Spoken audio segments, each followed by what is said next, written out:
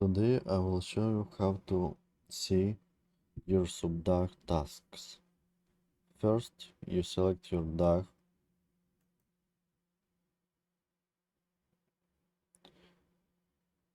Then you go to the graph. Now here you can see the subdag. To see the tasks that are inside subdag, you need to click on details, zoom into subdag,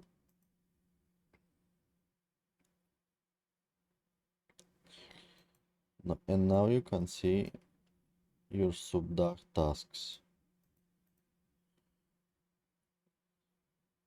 You can trigger it, you can remove it, you can see the schedule and next run.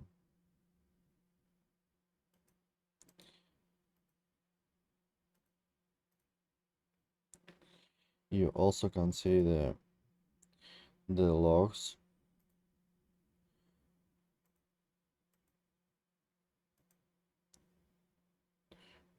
and some other information. To return to your parent DAG, you need to click here.